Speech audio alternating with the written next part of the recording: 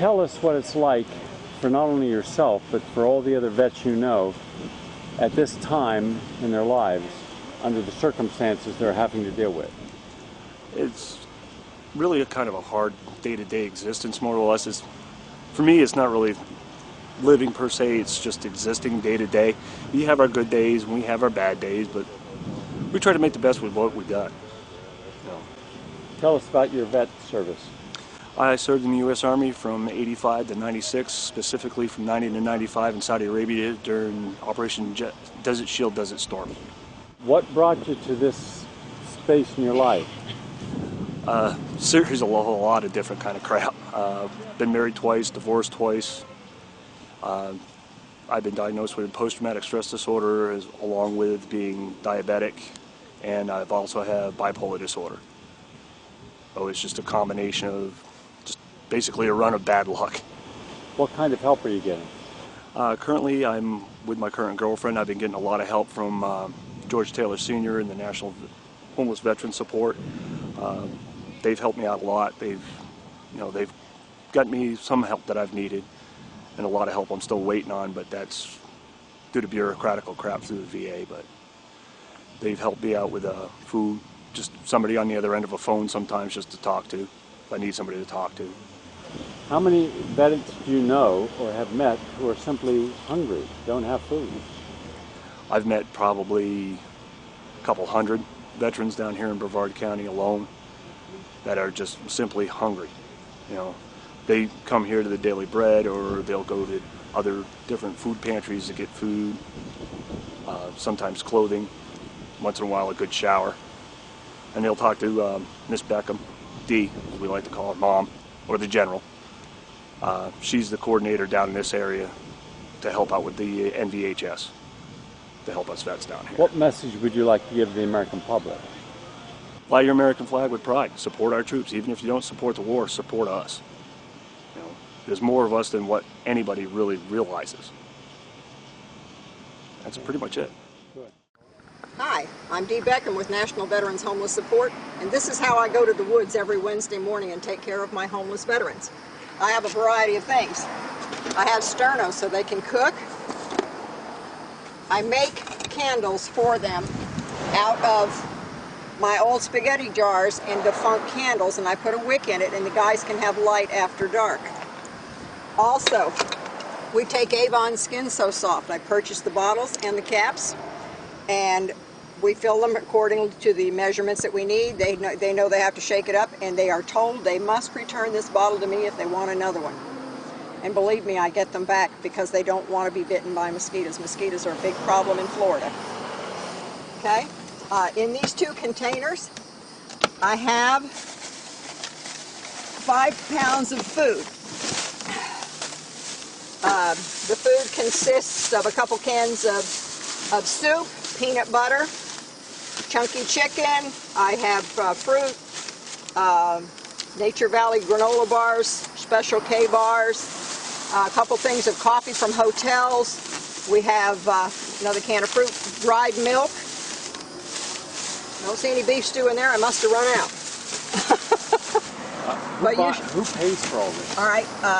Donations come in, and we go to the Second Harvest Food Bank, and for $200 we can get 210 pounds of food.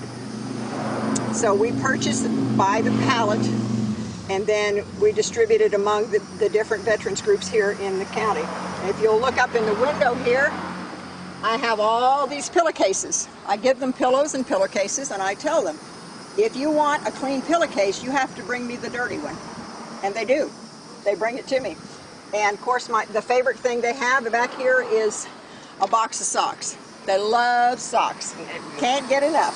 I have packages of underwear, sheets, toilet paper. The big thing in the woods is toilet paper. And plastic razors. I can't get enough. I have clothing. I have plastic bags. I have belts. All this is personal care items. I think this is really very, very kind of you. You're welcome. What drew you to helping the vets? I'm a veteran. Oh, okay. I'm a former Marine, and I have a heart for my veterans. Shouldn't the Commander-in-Chief of the United States be as concerned about what happens to the vets when they came home as you and other vets? I would think so, yes. But however, our new president is not a veteran, and he doesn't have a heart for veterans. Okay, well, let's go see some of these vets. Okay. Let's go in the woods. All right.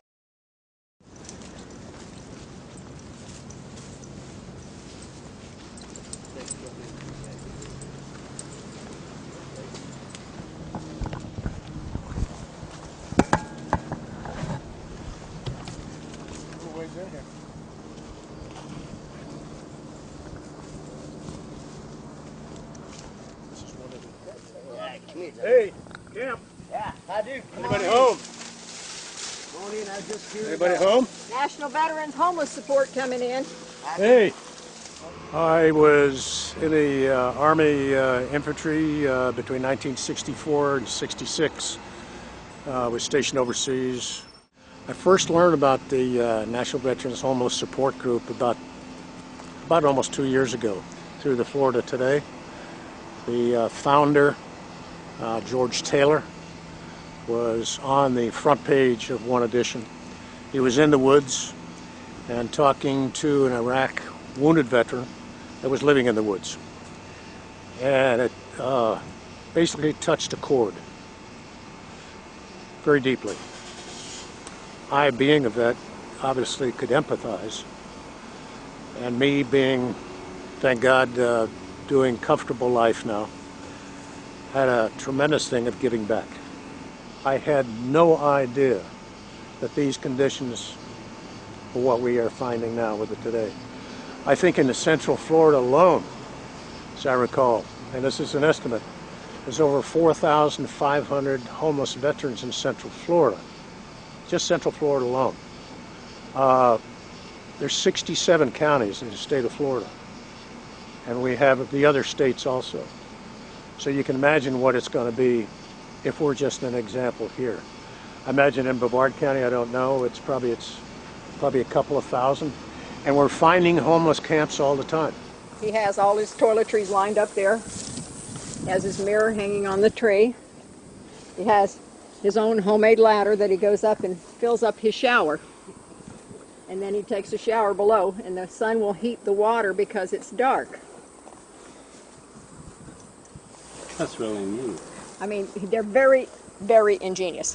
Why have you got a blanket on the roof? Oh, that's sun protection. It doesn't. It's not a full seam, but certain times you flip it back, you get air, and when the sun's beating on you, you close it back over. Okay. So, How long have you been back here? Since just before New Year's, and I don't plan on being here a whole lot longer. As soon as I get some work, I'm out of here. What kind of work do you do? I do construction. I'm a saute chef. I paint. I've been doing work for 52 years, or 50 years at least. How many of you are back here? We got a total of 4 of us. Got Kathy, Steve, Patrick, and me, dog. And he and I basically keep a good eye on the place.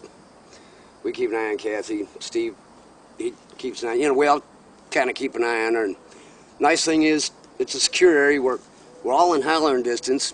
Anybody got in trouble, you just yell, and we come running. It don't matter if you're in your underwear. 3 o'clock in the morning, somebody yells, you come flying.